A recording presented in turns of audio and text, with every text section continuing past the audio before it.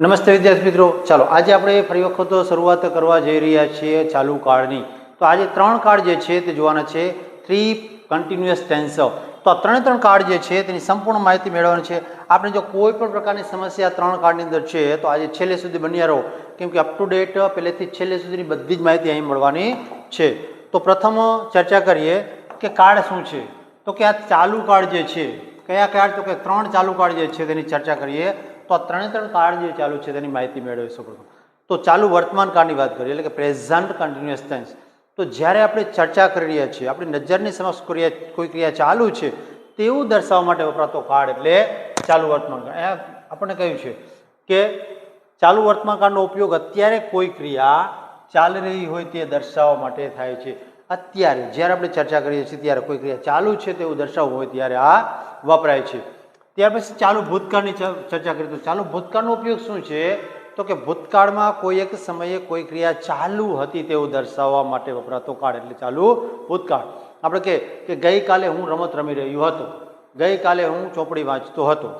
તો જે તે સમયે જે ક્રિયા જે છે વાંચી રહ્યો હતો, રમી રહ્યો હતો, જોઈ રહ્યો હતો, તો આ દર્શાવવું હોય તે વપરાતો કાળ એટલે કયો? તો કે ચાલુ ભૂતકાળ. બરાબર. તો અહીંયા શું કીધું કે ચાલી રહી હતી તેવું દર્શાવવા માટે વપરાય છે. ત્યાર પછી ચાલુ ભવિષ્યકાળનો ઉપયોગ શું છે? તો કે ચાલુ ભવિષ્યકાળનો ઉપયોગ એ છે કે ભવિષ્યમાં કોઈ નિશ્ચિત સમયે કોઈ એક ક્રિયા થઈ રહી હશે તેવું દર્શાવવું હોય તે વપરાતો કાળ એટલે ચાલુ ભવિષ્યકાળ. આપણે એમ કહીએ કે હું આવતીકાલે ગેમ રમી રહ્યો હોઈશ, હું આવતીકાલે બુક વાંચી રહ્યો હોઈશ. તો આ જે તે સમયે ક્રિયા ભવિષ્યમાં ચાલુ હશે. શું કીધું? આ ક્રિયા ચાલુ હશે તેવું દર્શાવવા માટે થાય છે તેનો ઉપયોગ. એનો તો કે ચાલુ ભવિષ્યકાળનો. તો આ ત્રણ કાળ જે છે તે આપણે ચાલુ કાળની ચર્ચા કરી. આગળ વધીએ ત્યાંથી. ચાલો ત્યાર પછી ચાલુ કોઈ પણ ચાલુ કાળ, ત્રણ ચાલુ કાળ જે છે એની અંદર સૌથી મહત્વની વસ્તુ શું છે? તો કે ક્રિયાપદની પાછળ લગાડવામાં આવતું આઈએનજીનું રૂપ. તો આઈએનજીનું રૂપ જે છે તે ક્યારે લાગે તે ચર્ચા કરીએ આપણે. તો સામાન્ય રીતે શું કીધું કે સામાન્ય રીતે ક્રિયાપદને અંતે આઈએનજી લગાડવાથી તે શું બને છે? તો કે ક્રિયાપદનું વર્તમાન કુદંત રૂપ બને છે. અને આઈએનજી વાળા રૂપને વર્તમાન કુદંત કહીએ આપણે. તો અહીંયા એક્ઝામ્પલ છે પ્લે. તો પ્લેઇંગ. તો અહીંયા પાછળ શું લાગ્યું છે? તો કે આઈએનજી એટલે કે પ્લેઇંગ. ત્યાર પછી જો કોઈ પણ ક્રિયાપદનો છેલ્લો અક્ષર શું હોય? તો છેલ્લો અક્ષર જે છે તે વાયની પણ શું છે? તો કે ઈ હોય. તો ઈ હોય તો ઈને કાઢી નાખવાનું, પછી શું લગાડવાનું છે? આઈએનજી લગાડવાનું છે. તો અહીંયા જોઈ શકીએ છીએ કે કમ. તો અહીંયા છેલ્લો અક્ષર જોશો તમે શું છે? તો કે ઈ આવેલો છે. તો ઈને દૂર કરી નાખવાનો છે અને પાછળ શું લગાડવાનું છે? તો આઈએનજી. તો કમનું શું થઈ જશે? કમિંગ. ચાલો વિદ્યાર્થીઓ, હવે આ મુદ્દાની ચર્ચા કરીએ કે જો કોઈ ક્રિયાપદને અંતે શું આવેલું હોય? તો કે વ્યંજન આવેલું હોય અને તેના પહેલા શું આવેલું હોય? તો કે એક જ સ્વર આવેલો હોય. તો તેને શું કરવાનું છે? તો કે છેલ્લા અક્ષરને બેવડાવવાનો છે અને પછી આઈએનજી લગાડવાનો છે. તો અહીંયા કીધું છે કે આ સ્વર હોય એટલે કે એ, આઈ, ઓ અને યુ હોય, અને તો છેલ્લા અક્ષરને શું કરવાનું છે? બેવડાવવાની વાત કરી છે. તો હવે તમે જોશો કે અહીંયા રન છે તો છેલ્લો અક્ષર જોશો એન. એન એટલે શું છે? તો કે વ્યંજન છે. તેના આગળ આવેલો છે યુ. તો યુ એટલે સ્વર છે. તો આ યુને આ રીતનું આવેલું છે. તો આ અક્ષરને શું કરવાનું? ડબલ વખત લખવાનો. એટલે કે જો રન છે એની પાછળ એન પછી આઈએનજી લગાડ્યું છે એટલે કે રનિંગ. ત્યાર પછી સીટ. તો અહીંયા સિટિંગ. છેલ્લો અક્ષર અને છેલ્લેથી બીજું એટલે કે અહીંયા વ્યંજન અને અહીંયા સ્વર આ હોય ત્યારે નિયમ લાગુ પડે છે. ત્યાર પછી નિયમ નંબર જે 4 છે તે, જો કોઈ ક્રિયાપદને અંતે શું આવેલું હોય? તો કે આઈ ઈ આવેલું હોય તો તેના બદલે વાય મૂકીને આઈએનજી લગાડવું. શું કરવાનું છે? જો કોઈ ક્રિયાપદને અંતે શું આવેલું હોય? તો કે આઈ આવેલું હોય તો ત્યારે શું કરવાનું થાય? તો કે તેને વાય મૂકી દેવાનો, આઈને કાઢી નાખવાનો છે અને પછી શું લગાડવાનું છે? આઈએનજી. તો અહીંયા જોઈએ ડાય, DIE. તો અહીંયા આઈ કાઢી નાખ્યું છે અને વાય કરી નાખ્યો છે અને પાછળ આઈએનજી લગાડ્યું છે. બરાબર. આ પ્રમાણે તો આ બાબતને યાદમાં રાખવાની છે, ધ્યાનમાં રાખવાની છે. આ હતા ક્રિયાપદના નિયમ. ચાલો ત્યાર પછી આગળ ચર્ચા કરીએ. તો તેની અંદર શું છે? તો કે ટુ બીના રૂપનો ઉપયોગ. ટુ બીના રૂપ જે છે તે ખૂબ જ મહત્વના છે, તેની ચર્ચા કરીએ. તો દરેક કાળની અંદર કયા ટુ બીના રૂપ વપરાય છે તેની ચર્ચા કરીએ. ચાલુ વર્તમાન કાળની અંદર કર્તા મુજબ શું મૂકવાનું છે? તો કે એમ ઇઝ અથવા આર મૂકવાનું આવે છે. એમ ઇઝ અથવા આર કોને? તો કે જે તે કર્તાને ધ્યાનમાં રાખીને. ત્યાર પછી કર્તા મુજબ વોઝ અથવા વર. આ છે ચા વ કા અને આ છે ચા ભૂ કા. એટલે કે ચાલુ ભૂતકાળની અંદર વોઝ અથવા વર મૂકવામાં આવે છે. કોને? તો કે જે તે કર્તાને ધ્યાનમાં રાખીને. ત્યાર પછી ભવિષ્યકાળની કરીએ તો શું એ છે? તો કે ચા ભ કા. આ ચાલુ ભવિષ્યકાળ છે તો સામાન્ય રીતે આઈ અને વી ની સાથે શું વપરાય છે? તો કે સેલ વપરાય છે. પરંતુ આધુનિક અંગ્રેજીમાં બધા જ કર્તાની સાથે શું વાપરવામાં આવે છે? તો કે આઈ, વી, યુ, હી, સી, ઇટ અને દે. આ બધાની સાથે શું વાપરવામાં આવે છે? તો કે વિલનો ઉપયોગ કરવામાં આવે છે. આ સ્વીકૃત બન્યું છે. ટૂંકમાં કહીએ તો અહીંયા સેલનું કોઈ મહત્વ રહેતું નથી. દરેક જગ્યાએ આપણે વિલ વાપરીશું તો એકદમ સાચું છે. તો આ છે આપણા ટુ બીના રૂપના નિયમો. ચાલો ત્યારબાદ ચર્ચા કરીએ. તેની ચર્ચા કરશું તો કે ઓળખ સૂચક શબ્દો કઈ રીતે તેને આઈડેન્ટિફાય કરી શકાય જે તે કાળની. જો કે આ સાદા કાળની અંદર બધી જગ્યાએ આવે છે, પરંતુ ભવિષ્ય કાળની અંદર પણ આ વાપરી શકાય છે. તો એની અંદર ચર્ચા કરીએ તો ચાલુ વર્તમાન કાળની અંદર શું આવે છે? તો કે નાવ આવે છે, at present, at this moment, look, listen વગેરે શબ્દ આના સિવાયના પણ વાપરી શકાય છે. તેની અંદર તો કે ચાલુ વર્તમાન કાળને દર્શાવવા માટે. ત્યાર પછી ચાલુ ભૂતકાળની ચર્ચા કરીએ તો ચાલુ ભૂતકાળની અંદર કયા કયા શબ્દો વપરાય છે? તો કે યસ્ટરડે, પછી the day before, ago, in the past, in 2019, પછી ધ ડે બિફોર યસ્ટરડે. ટૂંકમાં કહીએ તો ભૂતકાળ સૂચક શબ્દો છે તે બધા ચાલુ ભૂતકાળની અંદર આપણે વાપરી શકીએ છીએ. ત્યાર પછી ભવિષ્યકાળની અંદર વપરાતા કયા છે? તો કે at this time tomorrow, at this time tomorrow, આ સમયે આવતીકાલે, આ પ્રમાણે. પછી ટુમોરો તો કે આવતીકાલે. પછી ધીસ ટાઈમ નેક્સ્ટ સન્ડે, આ સમયે આવતા સન્ડે એટલે કે રવિવારના દિવસે. તો જ્યારે આવું દર્શાવવું હોય ત્યારે આ વાપરવામાં આવે છે. તો આ છે આપણે સામાન્ય રીતે ઓળખવા માટેના શબ્દો, ઇન્ડિકેટર્સ જેને કહીએ છીએ. ચાલો નેક્સ્ટ ચર્ચા કરીએ. તો હવે આ દરેક પ્રકારના વાક્ય જે છે તેની ચર્ચા કરીએ. વાક્ય રચના જે છે તે બધામાં સેમ છે, માત્ર ફર્ક કઈ જગ્યાએ પડે છે? તો કે માત્ર અને માત્ર સહાયકારક ક્રિયાપદમાં ફેરફાર થાય છે. તેની અંદર સહાયકારકો ક્રિયાપદો, તો આ જગ્યાએ માત્ર ફેરફાર થાય દરેક કાળની અંદર, બાકી કોઈ જાતનો કોઈ ફેરફાર થતો નથી. આપણે ચર્ચા કરીએ વાક્ય રચનાની તો શું આવે? કર્તા આવે, ત્યાર પછી સહાયકારક ક્રિયાપદ, પછી શું આવે છે? તો કે ક્રિયાપદનું અયંજવાળું રૂપ અને પછી કર્મ. આ સેમ. હવે આની અંદર અમુક ફેરફાર જે છે તે આપણે નોંધીએ અને તેની ચર્ચા કરીએ. તો સૌપ્રથમ એફર્મેટિવ સેન્ટેન્સ જે છે, આ પ્રથમ ત્રણ વાક્ય જે છે તેના શેના છે? તો કે ચાલુ વર્તમાન કાળ. તો આ ચાલુ વર્તમાન કાળના વાક્ય છે તેની ચર્ચા કરીએ ત્રણે ત્રણ.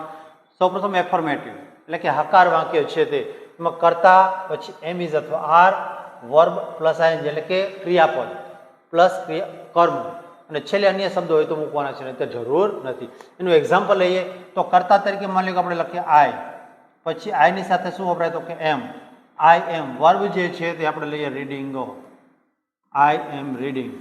અને કર્મ છે એની જગ્યાએ શું લઈશું? આ book, I am reading a book, આ પ્રમાણે. ત્યાર પછી એ જ વાક્ય જે છે તેને નેગેટિવ અંદર રૂપાંતર કરીએ તો શું થશે? તો કે નેગેટિવમાં કર્તા જેમનો તેમ રહેશે. પછી આઈ એમ, અહીંયા શું આવી જશે? તો કે નોટ. જો અહીંયા નોટ આવી જાય છે વધારાનું તો વાક્ય બની જાય છે નકાર. I am not reading a book, આ પ્રમાણે.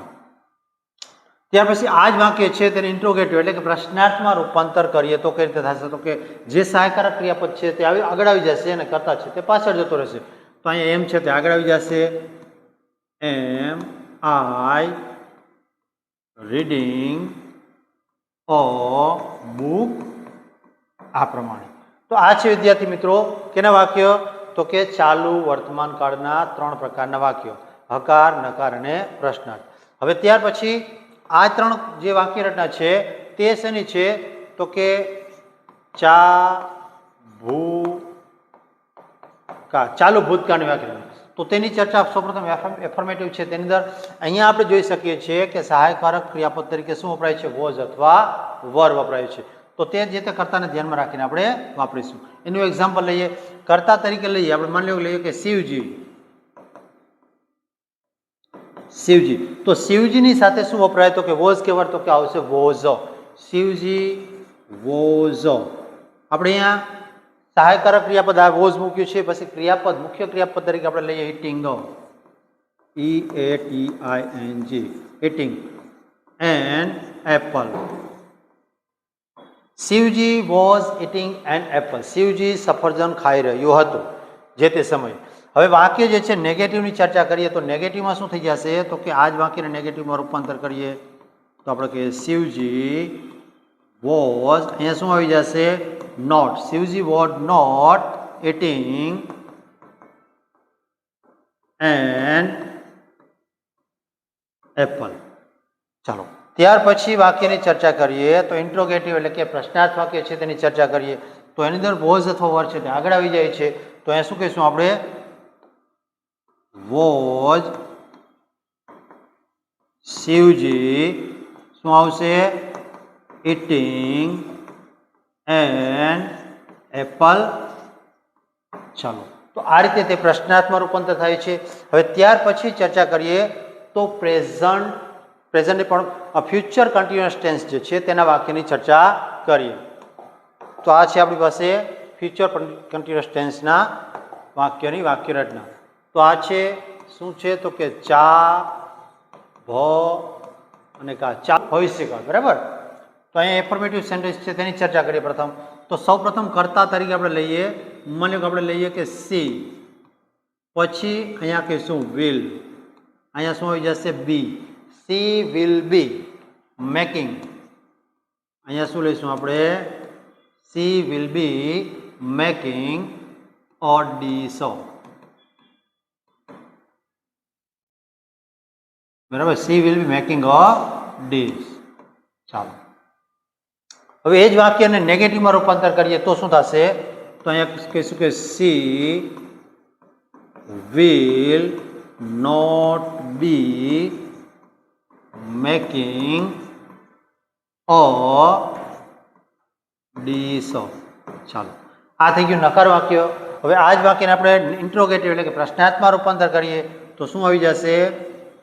કે will see making a dish. ચાલો, તો આ થઈ ગયું પ્રશ્નાર્થ. તો આ પ્રમાણે કોઈ પણ વાક્ય જ્યારે આપણી સમક્ષ આવે છે, હકાર હોય, નકાર હોય કે પ્રશ્નાર્થ, તો સિમ્પલ રીતે બનાવી શકાય છે. ચલો, હવે આવા એવા એક્ઝામ્પલની ચર્ચા કરીએ કે જેથી કરીને આપણને ખ્યાલ આવે કે ભાઈ આ વાક્ય જે છે તે કઈ રીતે બનાવી શકાય છે. તો આપણી પાસે અહીંયા 3 વાક્ય આપેલા છે. ચાલો, પહેલું વાક્ય છે રાહુલ રમત રમી રહ્યો છે. તો આપણે ચર્ચા કરીએ તો કયો કાળ છે? તો કે રાહુલ રમત રમી રહ્યો છે તે છે ચાલુ વર્તમાન કાળ. તો આપણે શું કહીશું? કે રાહુલ, પછી એની સાથે સહાયકારક ક્રિયાપદ શું હોય? તો કે ઇઝ. રાહુલ ઇઝ, પછી રમત એટલે શું થશે? તો કે પ્લેઇંગ. શું? તો કે game. Rahul is playing game. Rahul રમત રમી રહ્યો છે. હવે આ જ વાક્ય જે છે તેને નકારમાં રૂપાંતર કરીએ તો કઈ રીતનું થશે જુઓ જોઈએ. તો આપણે નકારમાં કરીએ તો શું કહીશું? કે Rahul is not playing game. ચાલો, તો આ થઈ ગયું નકારમાં. ત્યાર પછી આ વાક્યને પ્રશ્નાર્થમાં રૂપાંતર કરીએ તો શું થશે જુઓ જોઈએ. તો કે પ્રશ્નાર્થમાં હોય ત્યારે સહાયકારક ક્રિયાપદ શું કરવાનું છે? તો આગળ લેવાનું છે. તો કે is Rahul playing game game અથવા ગેમ. શું રાહુલ રમત રમી રહ્યો છે? આ પ્રમાણે. હવે આ જ વાક્ય જે છે તેને પ્રશ્નાર્થમાં રૂપાંતર કર્યું, વિધાનમાં રૂપાંતર કર્યું અને નકારમાં. હવે આ વાક્યને આપણે એના પછીનું વાક્ય જે છે તેની ચર્ચા કરીએ તો કયું છે? રાહુલ રમત રમી રહ્યો હતો. ભૂતકાળનું છે, ચાલુ ભૂતકાળનું. તો આપણે એને ભૂતકાળમાં રૂપાંતર કરીએ. શું કરશું? કે Rahul was playing game. Rahul રમત રમી રહ્યો હતો. અને નકારમાં રૂપાંતર કરીએ તો નકારમાં શું થશે? તો કે Rahul was not playing game. ચાલો પ્રશ્નાર્થમાં રૂપાંતર કરીએ તો પ્રશ્નાર્થની ચર્ચા કરીએ તો શું થશે તો કે વોઝ આગળ આવી જશે વોઝ રાહુલ પ્લેઇંગ ગેમ ચાલો તો આ થઈ ગયું આપણું કેવું વાક્ય થઈ ગયું તો કે પ્રશ્નાર્થ હવે ત્યાર પછી ભવિષ્યકાળની ચર્ચા કરીએ ભવિષ્યકાળનું વાક્ય જે છે તેમાં સૌપ્રથમ રાહુલ રમત રમી રહ્યો હશે તો આપણે શું કહીશું કે રાહુલ વિલ પછી શું મૂકવાનું થશે Rahul will be playing game ચાલો ત્યાર પછી એના પછીનું વાક્ય જે છે તેની ચર્ચા કરીએ નકારમાં રૂપાંતર કરીએ શું થશે Rahul will not be playing game તો આ નકાર રૂપાંતર થઈ ગયું હવે આ જ વાક્ય જે છે તેને આપણે શેમાં રૂપાંતર કરીએ તો કે પ્રશ્નાર્થમાં રૂપાંતર કરીએ તો અહીંયા will આગળ આવી જશે will રાહુલ બી શું આવશે will Rahul B playing game ચાલો તો આ થઈ ગયું આપણું પ્રશ્નાર્થ વાક્ય તો વિદ્યાર્થી મિત્રો કોઈ પણ વાક્ય જ્યારે આપણી સમક્ષ આવે તો આ રીતે સિમ્પલ રીતે સરળતાથી રૂપાંતર કરી શકાય છે હવે આપની સમક્ષ કેટલાક વાક્ય જે છે 3 વાક્ય તમને આપી રહ્યો છું જો આપને પ્રશ્ન થાય તો તે કોમેન્ટ બોક્સની અંદર તેનું તમારે શું કરવાનું છે તો કે આ વાક્યનું તમારે મને અંગ્રેજી આપવાનું છે કે આ વાક્યનું અંગ્રેજી શું થાય છે 3 વાક્ય આપું છું આપણે કહીએ કે તે